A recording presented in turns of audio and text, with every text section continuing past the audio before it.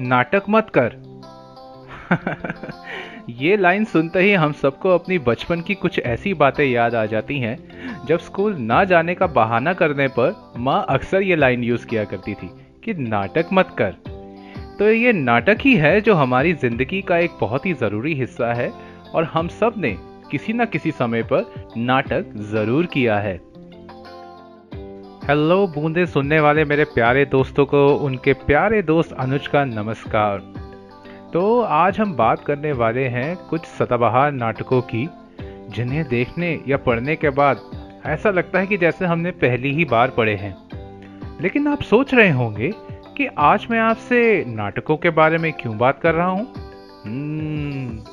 क्योंकि हम बात करने वाले हैं वर्ल्ड थिएटर डे की, जो कि 27 मार्च को मनाया जाता है। तो मैंने सोचा क्यों ना मैं अपने सुनने वालों के साथ कुछ पसंदीदा नाटक शेयर करूं।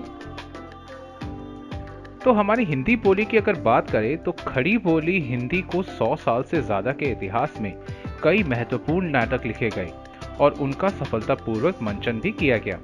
उन्हीं नाटकों में से मैंने अपने हिसाब से ये 10 सर्वश्रेष्ठ नाटक चुने हैं, जो मंचन और पाठ दोनों ही लिहाज से मुझे बहुत अच्छे लगते हैं।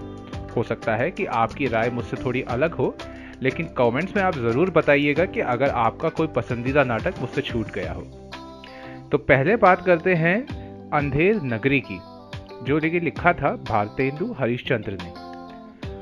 सन 1881 में मात्र एक रात में लिखा गया नाटक आज भी उतना ही सामयिक और समकालीन है।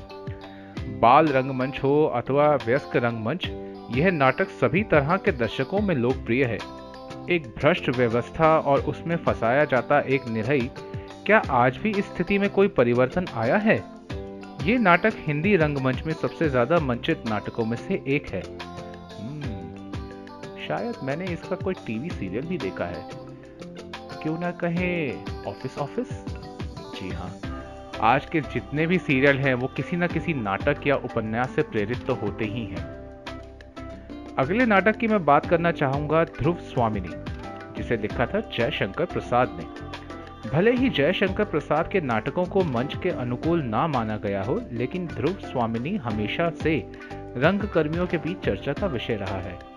मात्र नाट्य मंडलियों के साथ ही नहीं, स्कूल कॉलेज के छात्र छात्राओं के बीच भी इस नाटक का खूब मंचन हुआ है। इस नाटक की सबसे बड़ी बात है उसका कथ्य। यदि पति नपुंसक है तो उसे नकारने की पहल स्त्री की तरफ से होती है, और इसमें धर्म और शास्त्र भी उसका समर्थन करते हैं। काफी बोल्ड टॉपिक है, इस बारे में बात करना ही आजकल बहुत बड़ी बात है। लेकिन ये जिस समय का नाटक बताया जा रहा है, तब तो माना जा सकता है कि ये कितना एडवांस होगा। तीसरे नाटक पे बात करते हैं अंधा युग, जिसे लिखा था धर्मवीर भारती ने।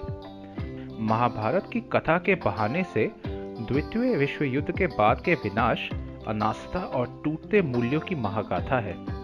यहाँ तक कि ईश्वर की मृत्यु की घोषणा एक काव्य नाटक होने के बावजूद अंधा युग रंगमंच पर सबसे ज्यादा प्रस्तुत होने वाली कृति है। आगे बढ़ते हैं अपने चौथे नाटक के ऊपर, जो है आषाढ़ का एक दिन, और इन्हें लिखने वाले हैं मोहन राकेश।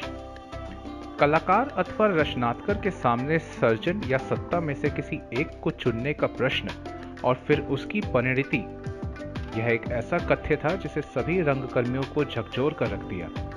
शायद ही कोई निर्देशक या कोई रंगमंडली होगी जिसने इस नाटक को ना खेला हो। यथार्थवाद का भारतीय स्वरूप क्या होना चाहिए, आषाढ़ का एक दिन उसका सबसे अच्छा उदाहरण है। अगला नाटक है बकरी, सर्वेश्वर दयाल सक्सेना जी द्वारा लिखा गया। 7वें दशक में रंगमंच में लोक तत्वों को लेकर लिखे गए नाटकों में से सबसे सफल और चर्चित नाटक रहा बकरी। इस नाटक में नौटंकी लोक नाट्य शैली के गीत संगीत के माध्यम से एक आधुनिक कथ्य की प्रस्तुति की गई है कि नेता लोग किस तरह जनता को अपनी स्वार्थ पूर्ति का साधन बनाते हैं। सर्वेश्वर जी का ये नाटक रंगकर्मियों और दर्शकों के समान रूप से लोकप्रिय है।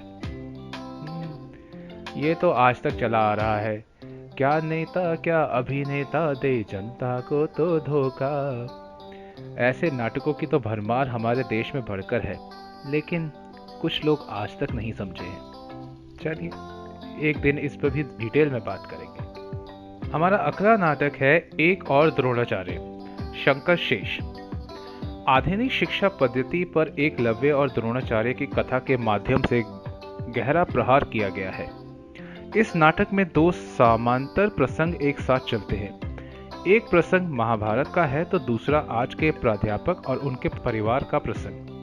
अगला नाटक कबीरा खड़ा बाजार में लिखने वाले हैं भीष्म साहनी।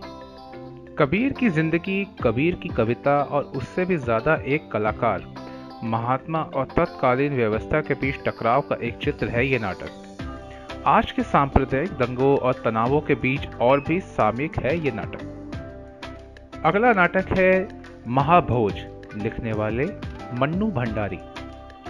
भले ही पहले ये रचना एक उपन्यास के रूप में की गई, लेकिन बाद में एक नाटक के रूप में भी बेहद चर्चित और मंचित हुई। इसकी वजह वही है कि नेता लोग किस तरह चुनाव जीतने के लिए कथित रूप से निरही लोगों की हत्या को भी हथियार बना लेते हैं। यह एक ऐसा कथ्य है जिसे हर आम आदमी ने भुगता और झेला है। आगे बढ़ते हैं कोर्ट मार्शल, स्वदेश दीपक। हिंदी रंगमंच में दलित पात्र को केंद्र में रखकर लिखा गया बहुत सशक्त नाटक है ये। मुकदमे की कार्यवाही नाटक के शिल्प और संरचना को नाटकीय तनाव से भर देती है। नतीजा यह है कि दर्शक बंधे से बैठे देखते रहते हैं। तो आइए आज की हमारी लिस्ट के आखिरी नाटक की तरफ बढ़ते हैं, जिसका नाम है जिस लाहौर नहीं देखा। लिखने वाले हैं असगर वजाहत। 1947 के भारत विभाजन की पृष्ठभूमि पर लिखा गया ये पहला नाटक है। कहानियों और उपन्यासों में भले ही यह कथ्य बार बार आता रहा हो, लेकिन नाटक में अपनी आंखों के सामने देखने वाले दर्शकों को बेहद जकड़ लेता है इसका कथानक। तो ये थे मेरे द्वारा चुने गए कुछ सदाबहार नाटक। आशा करता हूँ कि आपने इनमें से कोई नाटक देखा या पढ़ा जरूर होगा। अगर आप अपनी कोई राय देना चाहे या कोई ऐसा नाटक आप हमें बताना चाहें जो आपके हिसाब से सदाबहार है, तो ज़रूर अपने कमेंट्स में इसका ज़रूर बताइएगा। तो हम जल्दी मिलेंगे आपके दोस्त अनुज के साथ। सुनते रहिए बूंदे पॉडकास्ट। Bye bye.